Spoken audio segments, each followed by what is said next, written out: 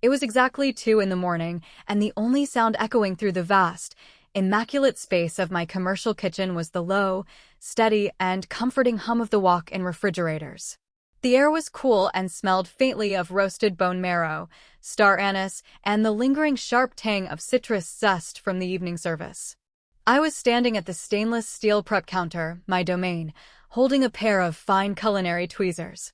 I was in the middle of carefully, meticulously placing a single, fragile flake of edible gold leaf onto a dark chocolate sphere. This dessert was a test for the upcoming winter menu, an intricate and delicate balance of bitter cocoa, aged sea salt, and rare white truffle. It required my utmost concentration. It was a masterpiece in the making. And then my phone buzzed. The harsh, blinding blue light of the screen illuminated the dark, quiet room, cutting through my focus like a jagged knife. I did not want to look at it.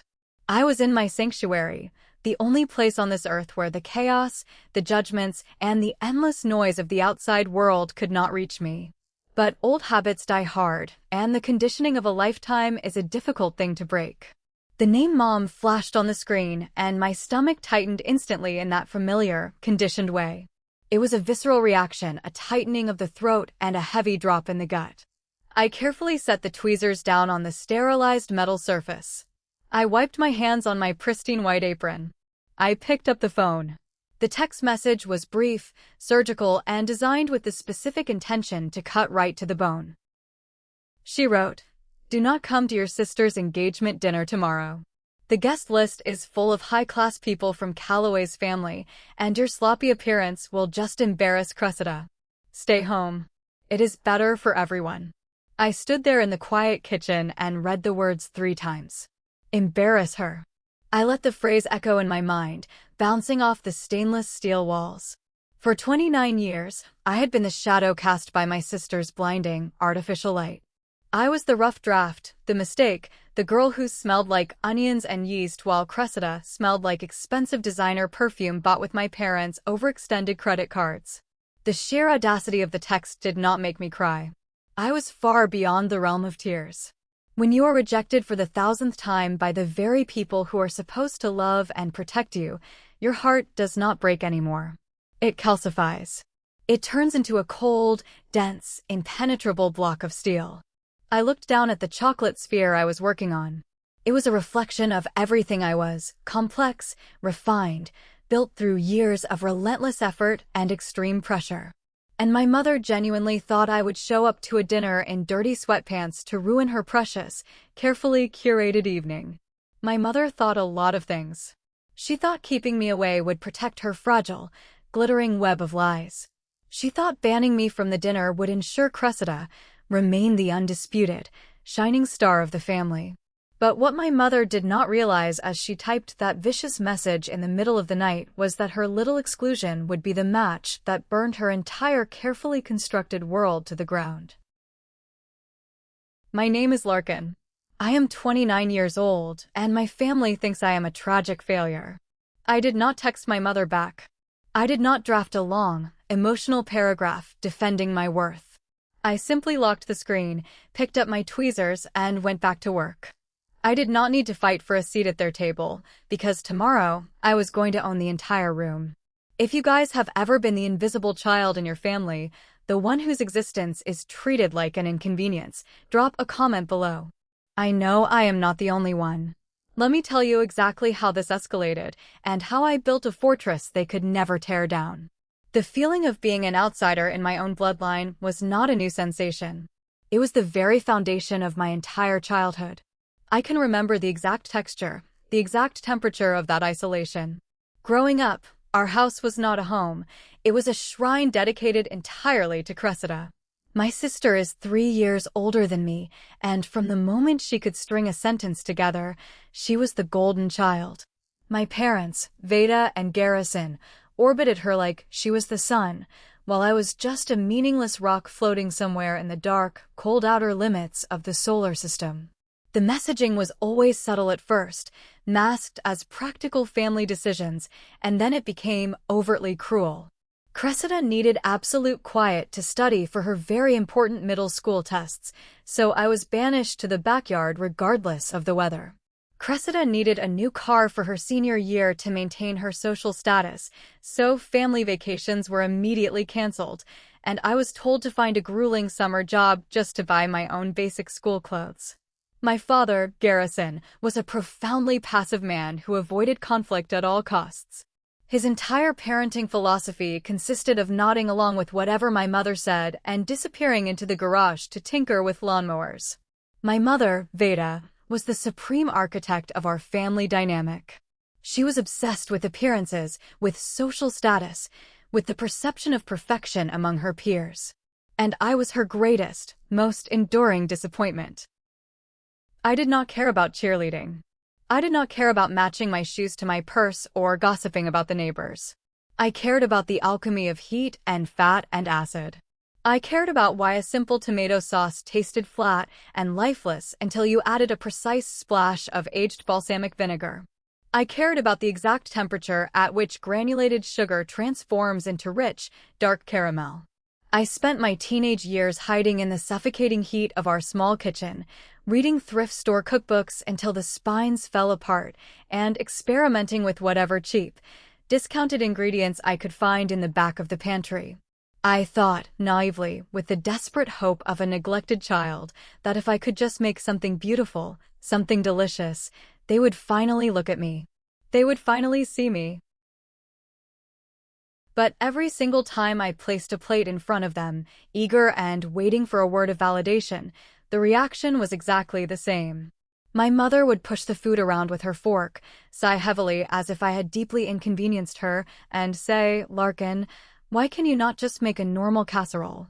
Why must you always be so difficult and strange?" Cressida would flat out refuse to eat, holding her nose and claiming my cooking smelled weird. My father would chew in silence, his eyes glued to the television screen, never once looking down at the plate. I learned very early on that you cannot force people to taste the love you put into your work if their mouths are already full of bitterness and resentment. Standing in the kitchen that night, staring at the dark screen of my phone, I felt a strange, profound sense of calm wash over my entire body. The anger was there, a hot, glowing coal burning deep in my chest, but it was controlled. It was focused and sharp. I did not reply to her. I did not try to defend myself. I did not beg for an invitation to a table where I was despised. I just let the silence stretch out, heavy, infinite, and ironclad. They thought they were punishing me by leaving me out in the cold. They had no idea that they were just meticulously setting the stage for their own devastating destruction. If my memory were a physical museum, the exhibits would not be filled with smiling family portraits or souvenirs from happy summer vacations. They would be a curated collection of small, sharp, bleeding moments of betrayal. I walk through this dark museum in my mind sometimes, specifically to remind myself exactly why I stay away from them. The first exhibit belongs to my 10th birthday. I had spent all afternoon in the kitchen, covered in flour, baking my own birthday cake from scratch. It was a dense, rich olive oil cake with a Meyer lemon glaze. I was so incredibly proud of it. I had measured every single ingredient meticulously, wiping down the counters, waiting patiently by the oven door. I carried it out to the dining room, holding it like a sacred offering, waiting for someone, anyone, to light the candles and sing. But my mother was on the phone, laughing loudly with a neighbor about a country club rumor, and my father was helping Cressida practice her posture for a local pageant. I sat there at the empty table for an hour, watching the beautiful lemon glaze slowly set and turn opaque. When my mother finally walked into the room, she looked at the cake, scrunched her nose in disgust, and frowned. "Olive oil? In a cake? Larkin, that is just bizarre and frankly gross. We are not eating that. Your father bought a perfectly good ice cream cake from the supermarket." I sat there in silence and watched them eat the store-bought cake, the neon blue artificial frosting staining their teeth, while my beautiful creation sat untouched and ignored on the counter. I threw it in the trash the next morning. My father saw me do it and just shook his head, looking mildly annoyed. "You are just too picky, Larkin. Stop demanding so much from everyone." He walked away without another word. I was 10 years old, and I learned in that very moment that my palate, my talent, and my efforts were nothing but an inconvenience to them. The second exhibit is far more destructive. It is the defining, shattering moment that severed whatever frayed, desperate thread still connected me to my mother. I was 18 years old. I had spent 4 grueling years working after school at a local greasy spoon diner, scrubbing burnt grease off flat-top grills until my knuckles bled, and saving every single penny in a battered shoebox under my bed. I had applied to a prestigious culinary arts program in New York. I knew we were not rich, but I had enough saved for the hefty deposit, and I was going to take out massive student loans for the rest. I waited for that acceptance letter for months. Every single day, I ran to check the mail. Nothing. Then, one rainy afternoon, I was looking for a stapler in my mother's home office and opened the bottom drawer of her heavy oak desk. There, buried under a stack of old utility bills and junk mail, was my acceptance letter. It had been opened. And right next to it was a bank statement for a joint savings account my mother and I shared from when I was a minor. The account was entirely empty. All my diner money, thousands upon thousands of dollars of blood, sweat, and grease, was gone. My heart hammered against my ribs like a trapped bird as I confronted her in the living room. She was sitting on the sofa, calmly filing her nails while watching a soap opera. When I held up the empty bank statement and the hidden letter, her hands shaking with rage, she did not even flinch. She did not look guilty. She looked annoyed.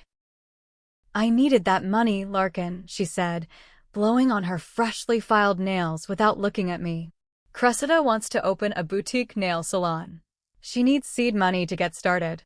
You going off to some fancy cooking school to be a glorified waitress is a massive waste of resources. This is an investment in your sister's actual future."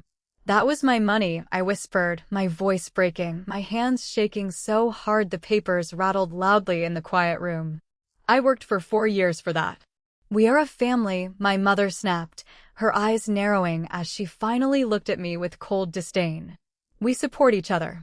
Cressida has real potential. You need to stop being so incredibly selfish." Cressida's boutique nail salon went bankrupt in exactly 6 months because she refused to actually show up and do the work. The money was gone forever.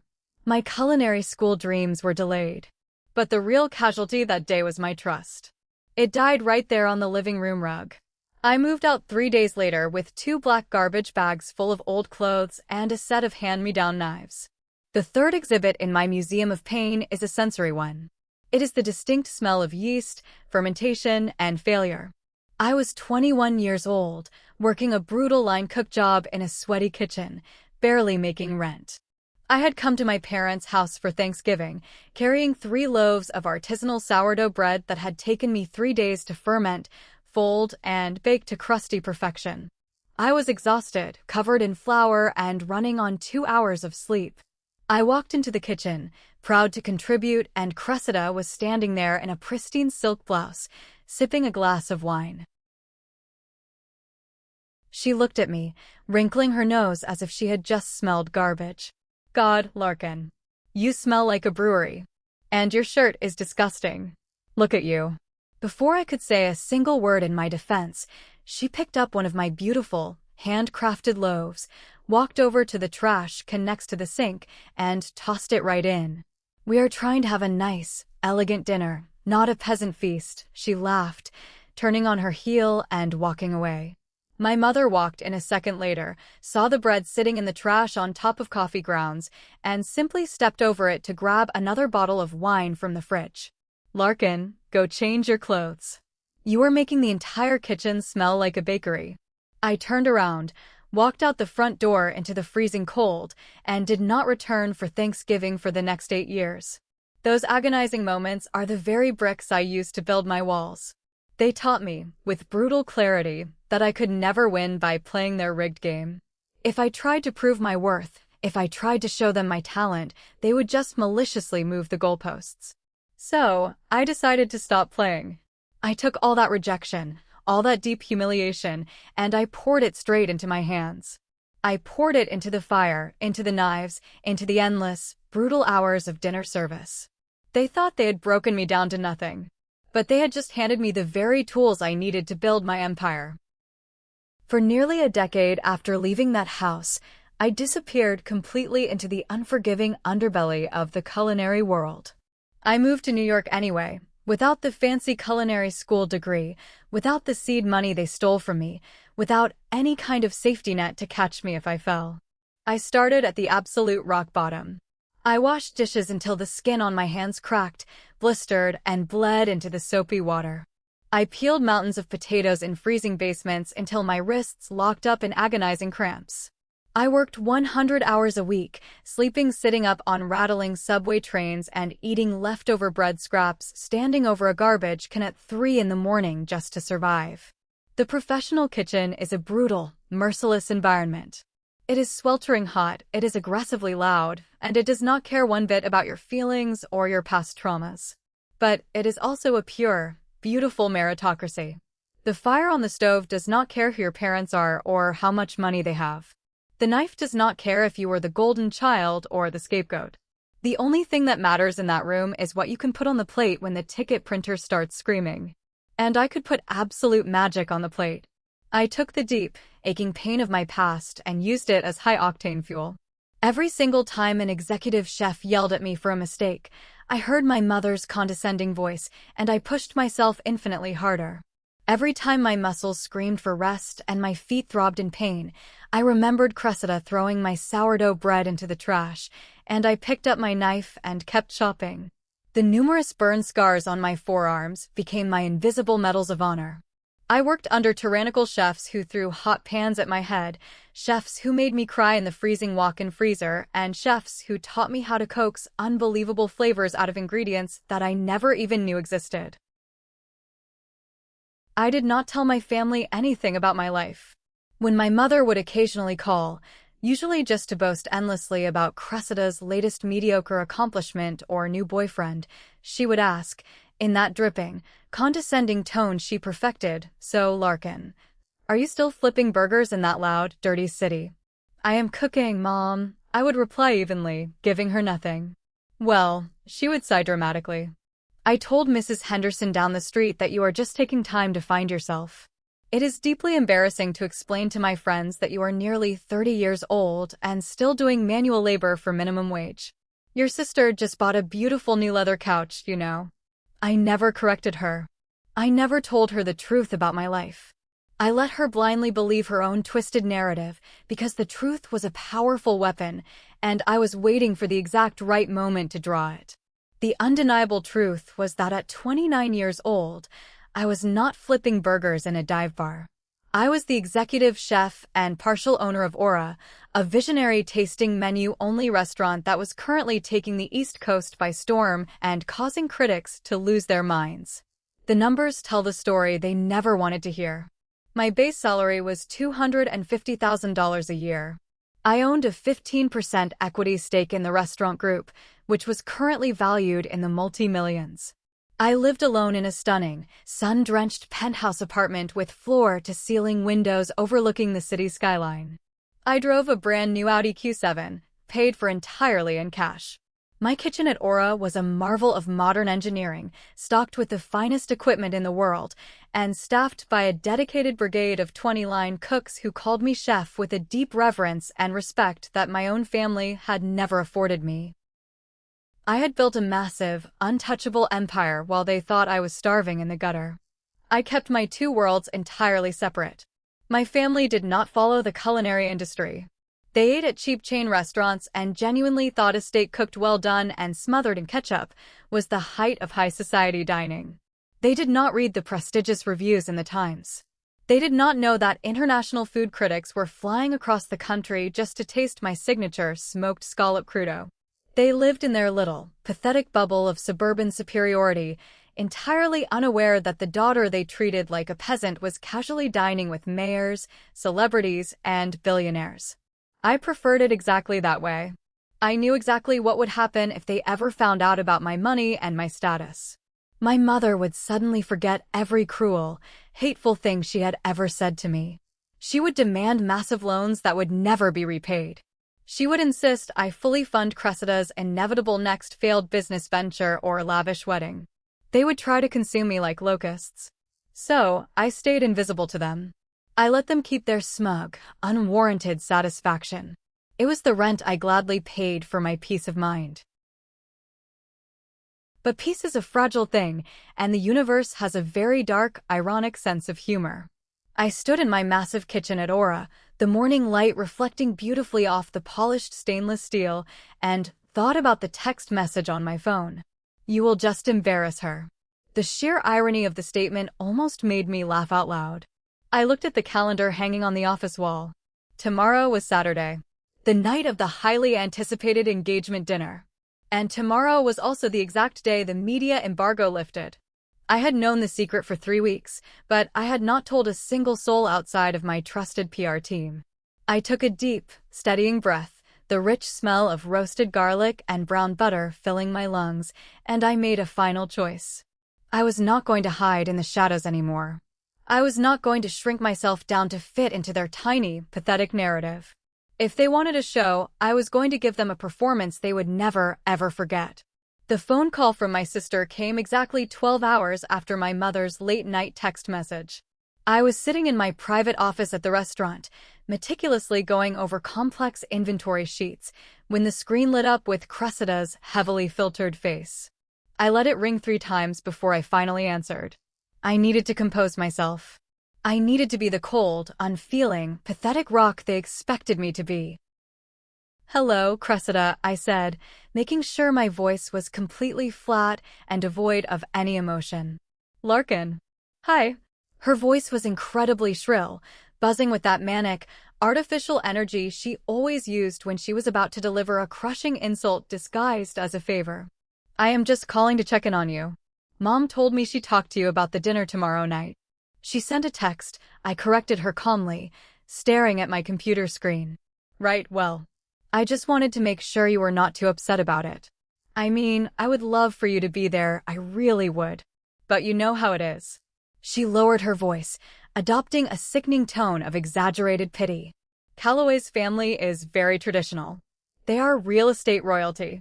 The dinner is at Latoile. It is incredibly exclusive. They have a strict dress code. Jackets, cocktail dresses, the works. I just did not want you to feel totally out of place or stressed about buying an outfit you simply cannot afford. I know things have been very tight for you lately. I pressed the phone harder to my ear, looking down at the piece of paper sitting on my mahogany desk. It was an invoice from our most exclusive supplier in Alba, Italy. I picked up my expensive fountain pen and signed my name at the bottom, officially authorizing a payment of $15,000 for 2 pounds of the rarest fresh white truffles on the market. I appreciate the concern, Cressida, I said, my voice smooth as glass, revealing absolutely nothing. I knew you would understand. She chirped brightly, clearly relieved that I was not putting up a fight or crying. I mean, the menu alone is insane. Calloway's mother is paying for the whole thing. The cheapest appetizer on the menu is like a whole week of your wages, Larkin. I will send you some pictures so you can see what it looks like. Maybe I can bring you a doggy bag if there are leftovers? My jaw tightened so hard my teeth ached. A doggy bag. She was generously offering me cold scraps from a table I was explicitly banned from sitting at. That will not be necessary, I said smoothly. Okay, well, do not be sad, all right? We will do something, just the family, maybe next month. We can get cheap pizza or something. Bye, Larkin. She hung up before I could even respond. I sat in the total silence of my office, the dial tone humming in my ear. If you are watching this and wondering why I did not just scream at her, why I did not tell her right then and there that I could buy and sell her fiancé's family 3 times over, you have to understand the discipline of the kitchen. You never fire your courses too early. Timing is absolutely everything. You let the tension build. You wait until the exact right moment to deliver the plate. Do not ever reveal your hand when your enemy is busy happily digging their own grave. I looked at the name she had so proudly dropped. Latoile. The Star. It was a well-known fine dining establishment about 40 miles away, situated right near my parents' affluent suburb. It was exactly the kind of place my mother would pick to impress rich in-laws. It was ostentatious, heavy on the crushed velvet and massive crystal chandeliers, a place that sold the illusion of class to people who did not know any better. But I knew better. And more importantly, I knew the executive chef of Latoile. His name was Julian. 3 years ago, he was my struggling sous chef at a temporary pop-up in Manhattan. I trained him. I taught him how to handle a knife properly without cutting his fingers off. I taught him how to perfectly balance the acidity in a delicate beurre blanc. And more importantly, I knew exactly what he was serving on his VIP tasting menu this season, because he had called me 2 months ago to beg for my permission to use a complex fermentation technique I had developed and perfected. The universe was not just handing me a weapon, it was loading the gun, taking off the safety, and pointing it directly at my mother's head. I picked up my phone, scrolled through my extensive list of industry contacts, and found Julian's number. I did not call to sabotage the dinner. I did not call to poison the food or cancel the reservation out of spite. I simply called to confirm a few tiny details.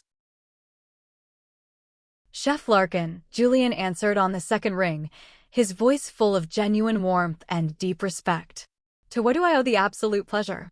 "Julian," I smiled, leaning back in my comfortable leather chair. "I see you have a large party booked tomorrow night under the name Callaway. A private room, VIP tasting menu." "I do," he confirmed, sounding a bit curious. "A big engagement dinner. Very fussy crowd." The mother of the bride called 3 times this week to complain about the floral arrangements and the lighting. "That would be my mother," I said softly. There was a long, heavy pause on the line. I could hear the loud clattering of pans and the shouting in the background of Julian's kitchen suddenly fade into complete silence as he stepped into a quiet hallway. "Wait. What? That is your family? Chef, why did you not tell me? Are you coming? I will prep something incredible for you. I will bring out the good stuff." "No, Julian. I am not on the guest list. Apparently, the headcount is strictly reserved for high-class people." Another pause. Julian was incredibly sharp. He caught the painful implication immediately. "Chef, say the word, and I will cancel their reservation right now. I will tell them the pipes burst. I will completely refuse service to the entire party." "Do not touch the reservation," I instructed, my voice dropping an octave, becoming dead serious. "Feed them. Give them the absolute best, most flawless service your house can provide. But Julian, I need a massive favor regarding the menu cards for tomorrow night." I explained my request carefully. It took less than 2 minutes. When I finished speaking, Julian let out a low, appreciative whistle. "Consider it done, chef. It will be beautiful." I hung up the phone and placed it gently on the desk. The trap was perfectly set. All I had to do now was sit back and let them walk right into it. Later that afternoon, while the prep kitchen was in full swing, the real, horrifying reason for my exclusion finally clawed its way out of the dark and into the light. My cell phone rang loudly over the noise of the mixers, and the caller ID showed my grandmother Eloan. She was my father's mother, a sharp-tongued, fiercely observant woman in her late 70s, and the only person in the entire family who had ever looked at me with an ounce of genuine warmth and understanding. She lived 2 states away and rarely got involved in my mother's daily exhausting drama, which is probably why we actually got along so well. "Hello, Grandma," I answered, stepping quickly out of the noisy kitchen into the cold, damp alleyway behind the restaurant so I could hear her better. "Larkin," she said, her voice unusually tight, vibrating with a hot anger I rarely heard from her. "Where are you right now? Are you safe?" "I am at work, Grandma." "Why? Is everything okay?" "No, it is absolutely not okay," Eloan snapped. I heard the sharp sound of a porcelain teacup rattling aggressively against a saucer. "I just got off the phone with your mother. She called to give me the final details for Cressida's little circus tomorrow night. I asked her what time you and I were riding over to the restaurant together. Do you know what she told me?" My grip on the phone tightened until my knuckles turned white. "She told you I wasn't coming." "She told me a hell of a lot more than that, Larkin." Eloan took a ragged, furious breath. "She told me you were in a rehabilitation facility. She said you had a massive mental breakdown, that you were struggling with severe substance abuse, and that the family was keeping it quiet to protect you. She said she had to tell the Callaway family this lie so they wouldn't ask uncomfortable questions about where the bride's sister was." The alleyway spun slightly before my eyes. The smell of the city dumpsters suddenly felt overwhelming, making me nauseous. I leaned heavily against the cold, rough brick wall, staring blankly at a crack in the pavement. Rehab. Addiction. Mental breakdown. Larkin? Are you still there? Eloan asked gently, her voice softening. Honey, I know it's a lie. I know you've been working your fingers to the bone building your life. I just could not believe the toxic words coming out of her mouth. The rage that washed over me in that moment was completely different from the cold, calculated anger I had felt earlier that morning. This was a hot, blinding, consuming fury. It is one thing to call me embarrassing. It is one thing to exclude me because my clothes aren't expensive enough for their tastes. But to aggressively assassinate my character? To invent a traumatic, shameful, and deeply damaging lie just to make Cressida look like the tragic, brave sister rising above her family's dark secrets? It was sickening. It was pathological. It crossed a line that could never, ever be uncrossed. Why, Grandma? I whispered, my voice shaking with an intensity that scared me. Why would she say something so horrific? Because, Eloan said bitterly, spitting the words out, Calloway's sister is a food critic. Tamsin. She is apparently a very big deal in the local media. Your mother is utterly terrified of her. She wanted the guest list to be flawless. She needed a dramatic, untouchable excuse for your absence so she wouldn't look like a terrible, neglectful mother who just didn't want her youngest daughter around. She made you into a tragedy, Larkin, just so she could play the saint. I closed my eyes. The puzzle pieces clicked into place perfectly. Veda was not just protecting her image, she was actively, intentionally destroying mine to elevate herself. She had sacrificed my reputation, my dignity, on the altar of Cressida's wedding. Grandma, I said, my voice returning to that cold, hard place, a place made of steel and ice. Do not say anything to her. Do not call her out on the lie. I am not going to that dinner, Larkin. I refuse to sit at a table with that awful woman while she lies through her teeth about you. No, I insisted, my tone commanding. You have to go. Go to the dinner. Wear your best dress. Sit at the table. Eat the food. Because I promise you, Grandma, you are going to want a front row seat to what happens tomorrow night.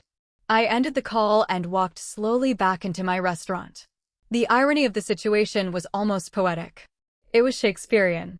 My mother had confidently told a table full of billionaires and a powerful food critic that I was a broken, addicted failure locked away in a facility. She had chosen a restaurant that she thought represented the absolute peak of high society to spin this elaborate web of lies. She did not know that the very food they were going to put in their mouths, the complex techniques they were going to marvel at, the delicate flavor profiles they were going to praise, were born straight from the mind of the daughter she had just tried to bury alive. They were going to eat my food. And they were going to choke on every single bite. Saturday morning arrived with a clear, crisp, brilliant blue sky. I woke up at exactly 5:30 in the morning, long before my alarm was set to go off. My mind was completely clear. I made myself a cup of strong black coffee, walked over to the massive floor-to-ceiling windows of my penthouse, and silently watched the city wake up beneath me. My phone was sitting unattended on the marble kitchen island. I knew exactly what was about to happen at 6 o'clock in the morning. At exactly 6:05, the screen lit up brightly. Then it vibrated. Then it started ringing, and it did not stop. It was a relentless cascade of sound. I walked over calmly and looked down at the screen. The notifications were pouring in like a massive waterfall, blurring together in a stream of text. Emails from my PR representatives, text messages from other high-profile chefs, tags on Instagram, missed calls from unknown numbers belonging to journalists. The media embargo had finally lifted. I opened my web browser and navigated directly to the homepage of Forbes. And there it was, taking up the entire top half of the screen. The highly anticipated annual 30 Under 30 list for food and beverage. But I was not just a name buried on the list. I was the cover feature. A stunning, high-definition photograph of me, standing in the gleaming kitchen at Aura, arms crossed confidently, wearing my pristine white chef's coat. I looked sharp, unapologetic, and immensely powerful. The headline read in bold, black letters, "The 29-year-old culinary genius reshaping American fine dining." I slowly scrolled down the page. Right below the massive Forbes feature was a prominent link to Food and Wine magazine, which had simultaneously dropped their prestigious annual awards. My name was at the very top. Chef of the Year, Larkin. I clicked on the Forbes interview. I scrolled through the glowing paragraphs detailing the rapid, unprecedented rise of my restaurant, the multi-million-dollar revenue projections, the universal critical acclaim. And then, toward the end of the long article, I found the quote. The journalist had asked me about my background, about what drove me to work so relentlessly in an industry that breaks so many talented people. I read my own words on the glowing screen. I learned to cook in a family where I was completely invisible. I was a ghost in my own home. They didn't see me, so I had to make sure the rest of the world couldn't possibly look away. Everything I create, every plate I send out to the dining room, is a stubborn refusal to be ignored. I don't cook for people who demand perfection but lack a palate. I cook for people who respect the art because my family only worships the illusion. It was a direct, devastating hit. A public, undeniable execution of their false narrative, printed in one of the most respected and widely read publications in the world. I smiled, a slow, deep, genuine smile. I picked up the phone, put it on Do Not Disturb mode, and went to take a long, hot shower. The rest of the day was a blur of intense, controlled chaos. I went to the restaurant early. The energy in the kitchen was electric, practically vibrating. My staff had seen the news. When I walked through the double back doors, 20 cooks immediately stopped what they were doing and started clapping loudly, banging wooden spoons against metal prep tables. The sound echoed off the white tiles, a deafening, beautiful roar of validation. I nodded, felt a tight knot in my chest loosen just a fraction, and told them to get back to work. We had a fully booked service tonight, and perfection was required. I spent the next 8 hours moving constantly. Chopping, tasting, directing, tasting again. I kept my mind focused entirely on the food, on the rhythm of the kitchen. I did not look at my phone. I did not check my messages. I knew my mother was spending her entire day at a luxury salon, getting her hair styled, probably bragging loudly to the stylist about the wealthy family her golden child was marrying into. I knew Cressida was likely screaming at a manicurist over a chipped nail. They were living in their blissful, ignorant little world, entirely unaware of the massive storm that was currently sweeping across the internet and the culinary world. At 6:45 in the evening, the dinner rush at Aura was in full, chaotic swing. I was standing at the pass, carefully wiping the rim of a plate before handing it to a runner, when I looked up at the digital clock on the wall. It was almost 7 o'clock. 40 miles away, my family was walking through the heavy brass-trimmed doors of Latoile. They were shaking hands with the wealthy Calloway family. They were taking their seats in the luxurious private dining room, surrounded by glittering crystal glasses and heavy silver cutlery. My mother was probably smoothing down her rented designer dress, preparing to perform her sickening role as the grieving, noble mother of a troubled addict. They thought they had won the game. They thought they had successfully erased me from the picture. They thought the VIP list was secure and their secret was safe. But what they didn't know is that they were sitting at a table I had personally set. They were about to read a menu I had written. And they were about to face a judge they could not possibly lie their way out of. The fuse was lit, and the explosion was going to be spectacular. If you guys are enjoying this story so far, please take a second to hit that subscribe button and leave a like on the video. It helps the channel more than you know, and trust me, you do not want to miss the absolute meltdown that happens in the next part. While I was standing in the heat and chaos of my own kitchen, meticulously orchestrating a flawless dinner service for hundreds of guests, a very different kind of performance was taking place 40 miles away. The details of this dinner were relayed to me later, pieced together from the incredibly descriptive accounts of my grandmother Aloan and the apologetic, yet highly amused, recounting from Chef Julian himself. Latoile was the kind of restaurant that catered heavily to people who wanted to feel rich rather than people who actually appreciated fine dining. The dining room was an overwhelming assault of crushed red velvet booths, heavy gold leaf chandeliers, and thick, suffocating carpets that muffled the sound of footsteps. It was loud, it was flashy, and it was ridiculously expensive. It was exactly the kind of environment where my mother, Veda felt she belonged. My family arrived exactly on time.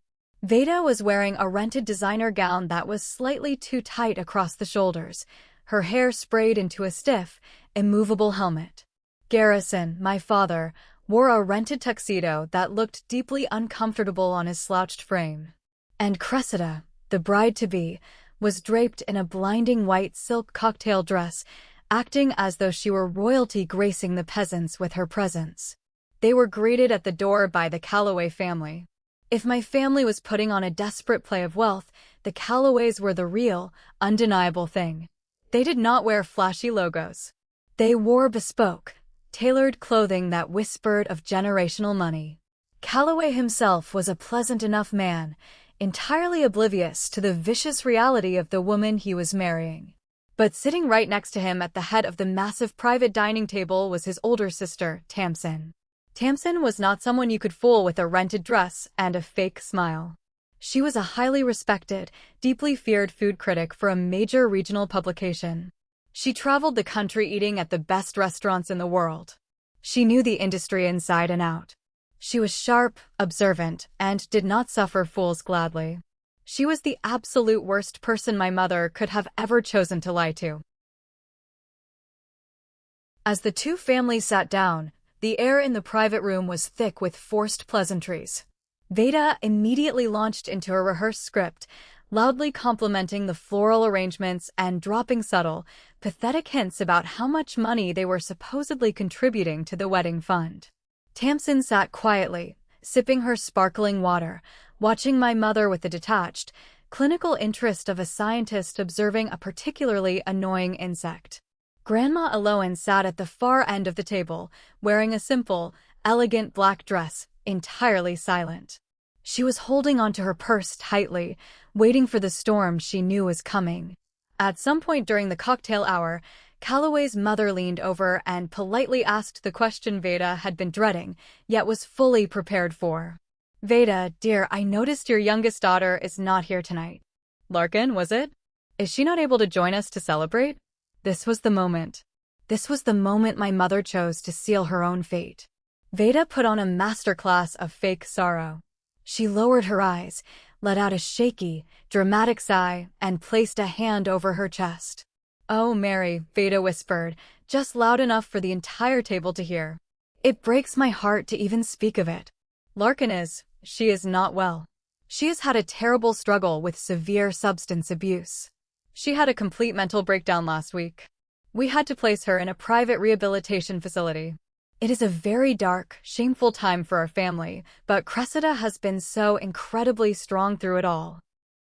Cressida immediately reached over and squeezed Veda's hand, looking bravely out at the Calloway family. "We just want her to get better," Cressida lied smoothly. "It is hard, but we have to focus on the positive things tonight." Calloway's parents looked deeply sympathetic, murmuring words of comfort and support. But Tamsin did not look sympathetic. Tamsin narrowed her eyes slightly, taking a sip of her wine, storing that piece of information away. Then, the heavy oak doors of the private dining room swung open. The service at L'Etoile began. A small army of waiters in crisp white uniforms marched into the room, carrying heavy silver trays. But leading them was not a standard waiter. It was the executive chef himself, Julian. He was wearing his pristine white chef's coat, his name embroidered in black silk on the chest. The room fell silent as he approached the head of the table. Julian is a professional. He knew exactly what he was doing, and he executed my instructions with the lethal precision of a sniper. He stood at the head of the table, clasped his hands behind his back, and smiled warmly at the Calloway family, before turning his gaze directly onto my mother. "Good evening, ladies and gentlemen," Julian's voice boomed softly across the crystal and silver. "Welcome to L'Etoile. It is an absolute honor to host you tonight. We have prepared a very special VIP tasting menu for this occasion." Veda beamed, puffing her chest out, glancing at the Calloways to make sure they were registering how special she was. "Thank you, chef. We expect only the best." Julian did not blink.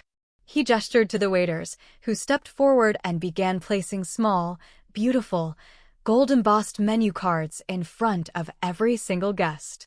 "We pride ourselves on excellence," Julian continued, his voice echoing in the quiet room. "And tonight, I am particularly honored to serve this specific family. You see, the first 3 courses on your menu tonight were designed using a highly complex, proprietary fermentation and curing technique. It is a technique that completely revolutionized my kitchen." Tamsin leaned forward, suddenly very interested. She picked up the golden menu card. "I learned this technique," Julian said, his eyes locking dead onto my mother's suddenly pale face, "from my mentor, the woman who taught me everything I know about fine dining." And I was incredibly thrilled to see that just this morning, she was named Chef of the Year by Food and Wine magazine and featured on the cover of Forbes. The color rapidly drained from Veda's face. She looked down at the menu card in front of her. Julian smiled, a sharp, knowing smile. "It is a profound privilege to cook for the family of Executive Chef Larkin. Please enjoy the meal and give her my deepest, most sincere congratulations." Julian gave a slight bow, turned on his heel, and walked out of the room, leaving absolute, deafening silence in his wake. For 10 agonizing seconds, nobody in the private dining room breathed. The silence was so profound, so heavy, it felt as though the air had been entirely sucked out of the room. Grandma Aloan later told me that watching the absolute terror wash over my mother's face was the most satisfying moment of her entire life. Veda sat completely frozen, her eyes wide, staring at the golden menu card as if it were a venomous snake that had just uncoiled on her plate. Cressida's mouth opened and closed silently, like a fish pulled out of water. Garrison just stared blankly at his fork, entirely incapable of processing what had just happened. Tamsin was the first to break the silence. She did not look at my mother. She looked down at the beautiful, heavy cardstock menu in her hands.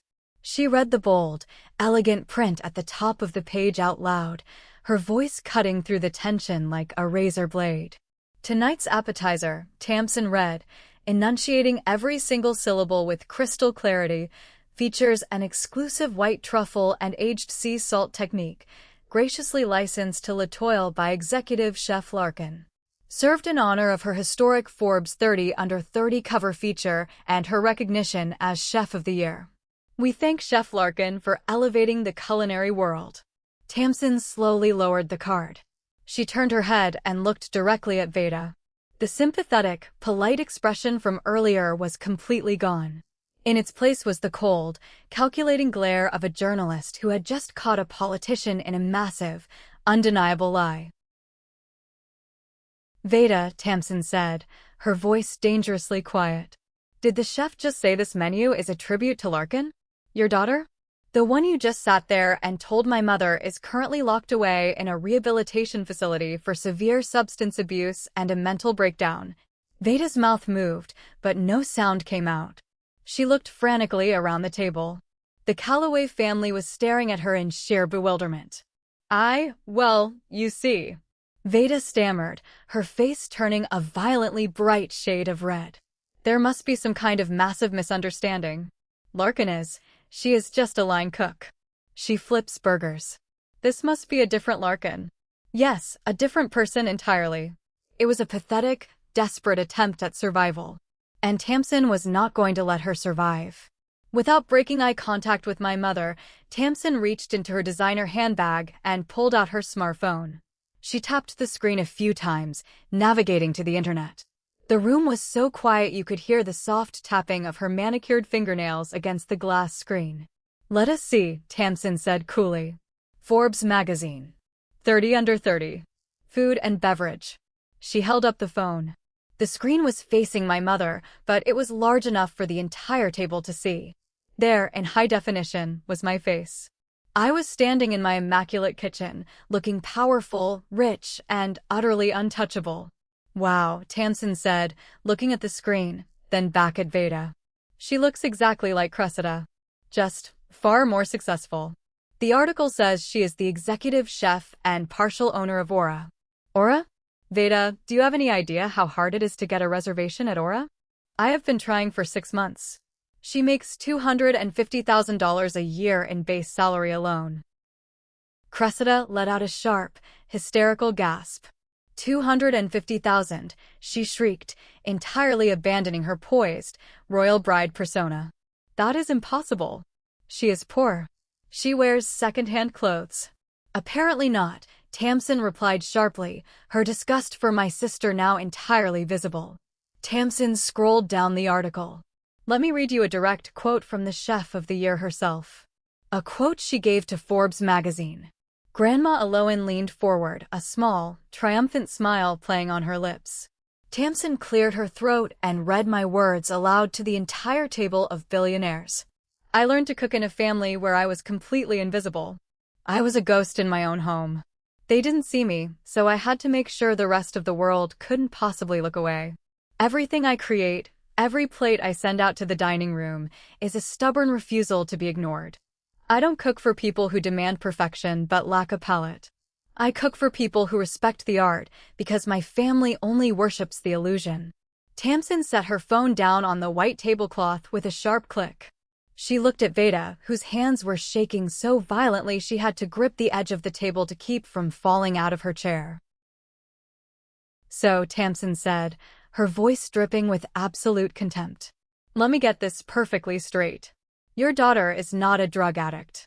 She is not having a mental breakdown. She is one of the most celebrated culinary prodigies in the country. And instead of being proud of her, you banned her from this dinner, and you sat at this table and invented a disgusting, traumatic lie to cover up the fact that she despises you. You tried to ruin her reputation to make yourselves look like victims. Calloway's mother looked physically ill.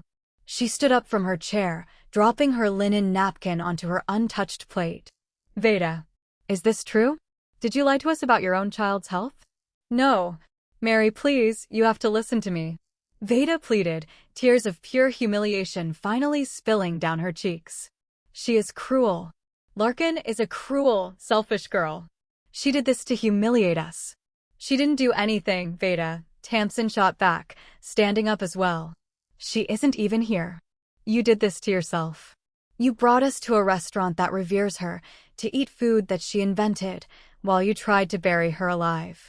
It is the most psychotic, pathetic thing I have ever witnessed. Calloway, who had been silent the entire time, looked at Cressida. Cressida? You knew about this? You let your mother tell us your sister was an addict. Cressida started sobbing, loud, ugly, theatrical sobs. She ruined my night. Larkin ruined my engagement. Calloway just shook his head in disgust. He looked at his parents, then at Tamsin. We are leaving. The entire Calloway family stood up in unison. They did not touch a single bite of the food. They did not say goodbye. They simply turned their backs on my sobbing mother, my paralyzed father, and my hysterical sister, and walked out of the private dining room, leaving them entirely alone with the massive bill and the shattered remains of their fake, pathetic lives. Back in the city, entirely oblivious to the spectacular detonation of my family's social standing, I was focused on entirely different things. The dinner service at Aura was the most demanding and successful night we had ever had. The energy in the dining room was electric, buzzing with the news of the Forbes article.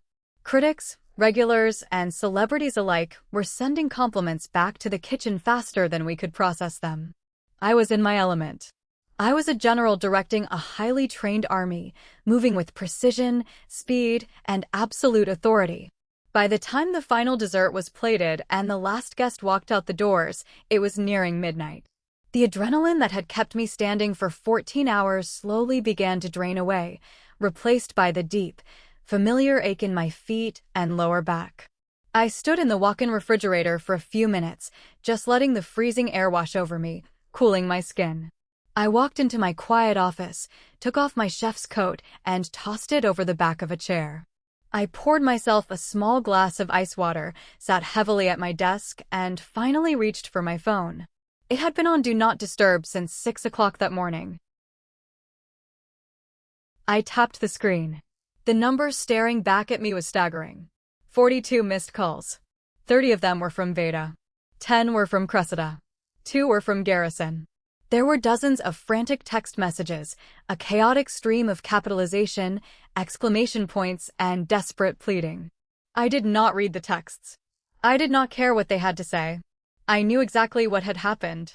Julian had texted me a single thumbs-up emoji at 8 o'clock, which meant the bomb had successfully dropped.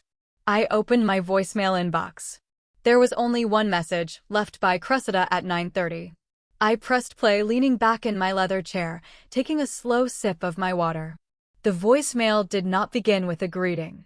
It began with the sound of hyperventilating, followed immediately by a piercing, unhinged scream that forced me to hold the phone away from my ear. Larkin, you complete and utter psycho. Cressida's voice was ragged, completely destroyed by crying. She sounded like a wild animal caught in a trap. How could you do this to me? How dare you? You paid that magazine, didn't you? You paid them to publish that article today. You bribed that chef to humiliate us in front of the Callaways. You're sick. You are a sick, jealous, evil person. I listened, my face entirely blank. Calloway's family walked out, she shrieked, her voice cracking. They walked out of the restaurant. His mother said she refuses to associate with liars. Calloway won't answer my calls. They're demanding the venue deposit back. You ruined my wedding. You ruined my life. Mom is having a panic attack on the floor of the restaurant, and the manager is threatening to call the police because our credit card declined for the bill. I hate you. I will never forgive you for this. You are dead to me. The voicemail cut off abruptly, followed by the automated robotic voice telling me the message had been saved. I sat in the silence of my office. If this had happened 10 years ago, if I had received this voicemail when I was still that desperate, approval-seeking girl, I might have felt guilty. I might have internalized her rage and blamed myself.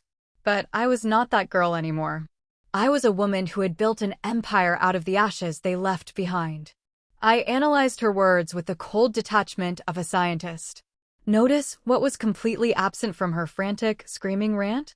There was no apology for the horrific lie they had told about me being an addict. There was no remorse for banning me from the dinner. There was no acknowledgement of my success. There was only pure, unadulterated selfishness. She was only furious because she had been caught.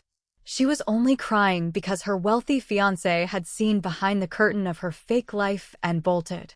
She accused me of ruining her life. But I hadn't done a single thing. I hadn't crashed the dinner. I hadn't called the Callaways. I hadn't yelled or caused a scene. All I had done was exist. All I had done was allow my success to be visible. The sheer magnitude of my truth was so blinding that it instantly incinerated their lies. They had set the fire. They had poured the gasoline. All I did was refuse to stand in the flames with them anymore. I looked at the saved voicemail on my screen. I did not save it for leverage. I did not save it to listen to it again. I slowly pressed the delete button, watching the file vanish into nothingness. I opened my contacts. I selected Veda, Garrison, and Cressida. One by one, I tapped the block button. I severed the digital connection with the same precision I used to sever the nerve of a fish. Clean, permanent, and without hesitation. I grabbed my keys, walked out the back door of the restaurant into the cool night air, and climbed into my Porsche Macan. The engine roared to life with a deep, satisfying growl. I rolled the windows down, letting the city wind whip through my hair as I drove back to my penthouse. They were drowning in the chaotic, pathetic mess they had created. And for the first time in my 29 years on this earth, I was not going to throw them a life preserver. The next morning, Sunday, the dust began to settle, revealing the absolute carnage of the night before. I was sitting on my balcony, drinking an espresso and reading the glowing reviews of Aura that were popping up online, when my phone rang. It was Grandma Aloan. She was the only family member whose number I had not blocked. I answered immediately. "Good morning, Grandma. How did you sleep?" Like a baby, Aloan said, her voice crackling with dry amusement. "Larkin, my dear, I have lived a very long time. I have seen a lot of things. But I have never, ever seen a destruction as thorough and magnificent as what I witnessed last night." I smiled into my coffee cup. "Tell me everything." Aloan recounted the evening in glorious detail, filling in the gaps of Cressida's hysterical voicemail. She described Tamsin's ruthless, surgical dismantling of my mother's lie. She described the look of sheer disgust on Calloway's face as he walked away from Cressida. But the most shocking revelation was what happened after the Calloways left the restaurant. When the waiter brought the bill, Eloan said, her tone turning serious, it was nearly $5,000. The Calloways had ordered the most expensive vintage wines on the menu before they found out the truth. Your father handed the waiter his credit card. It was declined. He handed him another one. Declined. Your mother was hyperventilating, claiming it was a bank error. I just sat there and watched. How did they pay? I asked, genuinely curious. They didn't, Eloan replied. They had to call your Uncle Robert in the middle of the night to wire them money just so the restaurant wouldn't call the police. But Larkin, that isn't even the worst part. When we got back to their house, the truth about their finances finally came out in the screaming match. Eloan paused, taking a deep breath. Your parents are broke, Larkin. Completely bankrupt. They secretly took out a massive second mortgage on their house to pay for Cressida's portion of this extravagant wedding, just to keep up appearances with the Calloways. They maxed out every credit card they had to rent those clothes and buy those fake designer bags.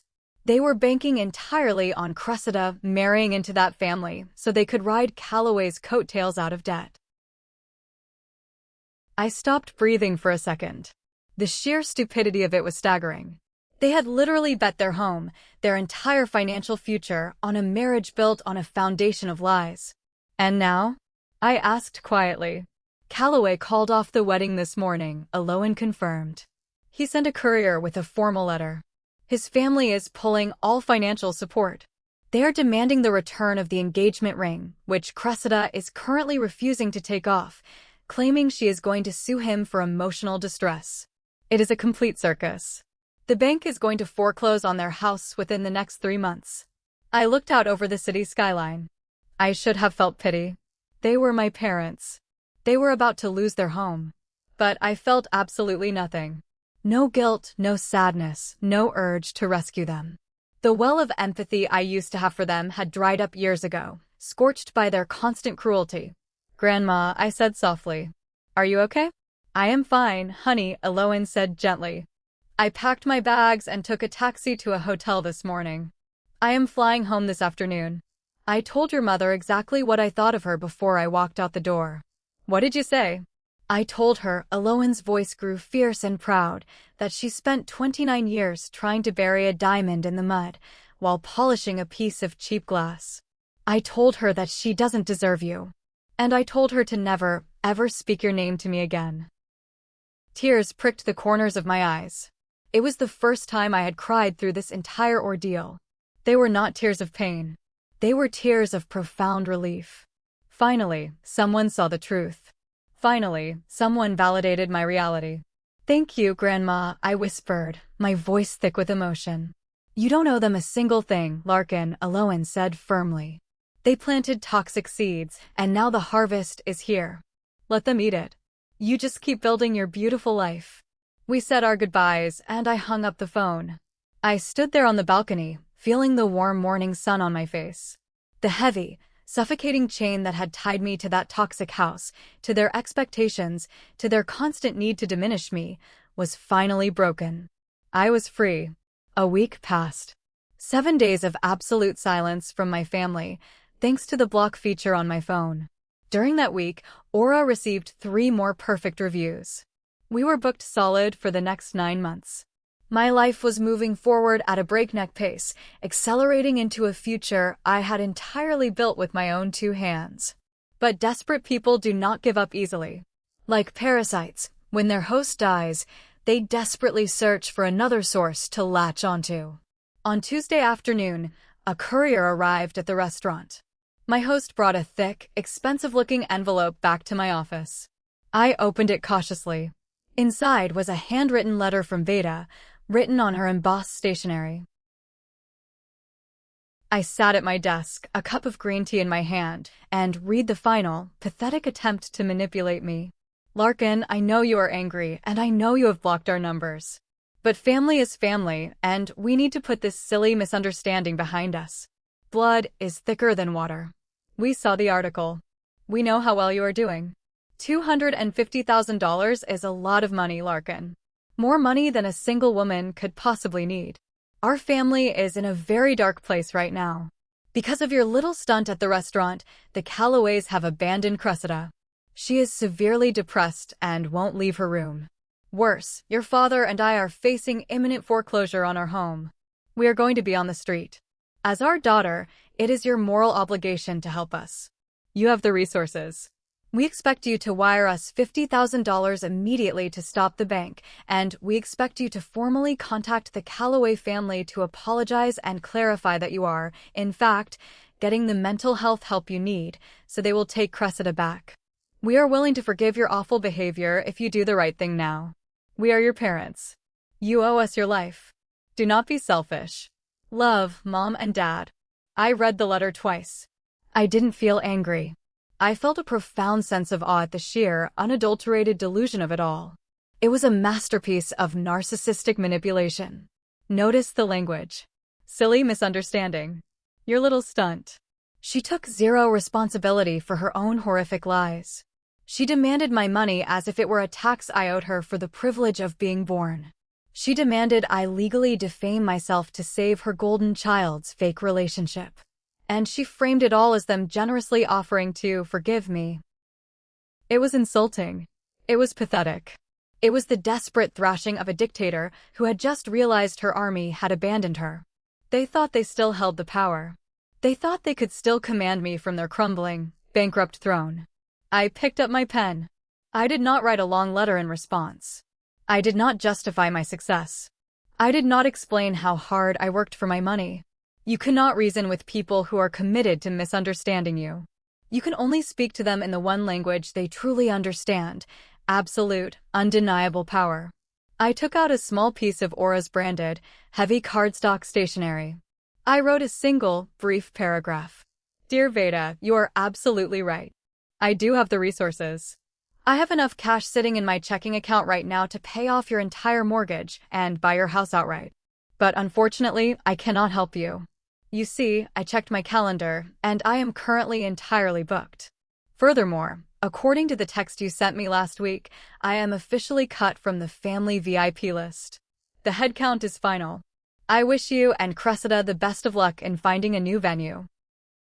Regards, Executive Chef Larkin. I slid the note into an envelope, sealed it, and handed it back to the courier. I did not feel a single ounce of guilt as I watched the courier walk out the door. The power dynamic had not just shifted, it had entirely inverted. I was no longer the desperate, neglected child begging for scraps of affection. I was the kingmaker. I held the keys to their salvation, and I was choosing, with clear eyes and a steady hand, to lock the door and walk away. They were going to lose the house. They were going to face the humiliating reality of bankruptcy. And Cressida was going to have to learn how to actually work for a living. I cut the oxygen supply to their narcissism and let them suffocate in the vacuum of their own making. It is 6 o'clock in the morning on a Tuesday. The restaurant is closed today. I am standing alone in the massive kitchen of Aura. The early morning light is filtering through the windows, casting long, golden shadows across the pristine stainless steel counters. It is quiet. It is peaceful. It is an ironclad peace that cannot be shattered by text messages, by insults, or by the frantic demands of people who only love me when they need something from me. I am kneading a massive mound of sourdough bread. I push my palms into the dough, feeling the elasticity, the resistance, the life in it. The smell of yeast and flour fills the air. It is the exact same smell that my sister once told me was disgusting. It is the exact same bread she threw into the trash. But this time, nobody is going to throw it away. Tonight, this bread will be baked to a perfect, crusty dark brown. It will be sliced and served on handmade ceramic plates to people who will close their eyes and savor every single bite. It will be respected. I am respected.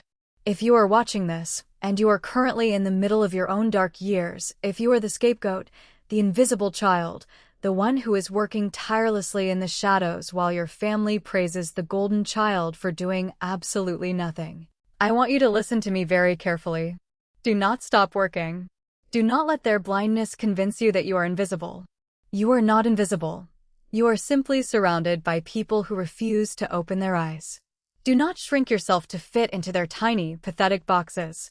Do not argue with them. Do not beg for their validation. Take all of that pain, all of that rejection, all of that deep, burning injustice, and use it. Let it make you untouchable. Build your empire in absolute silence. Let them think you are failing.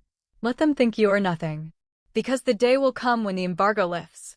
The day will come when the truth of who you are and what you have built becomes so massive, so undeniable, that it casts a shadow over their entire existence. The best revenge is not screaming at them. The best revenge is not destroying their lives. The best revenge is becoming so incredibly, overwhelmingly successful that your very existence becomes a permanent, unignorable reminder of their profound mistake. Build your fortress. And when they finally come knocking, begging to be let in, you will have the supreme satisfaction of telling them that the VIP list is full. But I want to know what you guys think. Right now, Cressida is all over Facebook, playing the ultimate victim, claiming I maliciously orchestrated a massive conspiracy to destroy her wedding out of pure jealousy. My parents have officially declared that they are disowning me, which is hilarious, considering I blocked them and cut them off a week ago. Some extended relatives, the flying monkeys of the family, have sent me nasty emails saying I am a cold-blooded monster for sitting on a pile of money while my parents face homelessness and bankruptcy. So, I turn to you, the jury of the internet. Am I the villain here? Am I a cold, unforgiving monster for letting my family face financial ruin when I could easily save them with the stroke of a pen? Or am I simply stepping out of the way and letting karma do its job? Should I ever open the door to them again, or should I keep it locked permanently? Let me know your thoughts down in the comments below. I read every single one of them. Thank you so much for listening to my story. If you found this satisfying, if you love seeing toxic people get exactly what they deserve, please smash that like button and subscribe to the channel. It really helps us bring you more stories like this. Stay strong, keep building your empire, and I will see you in the next video.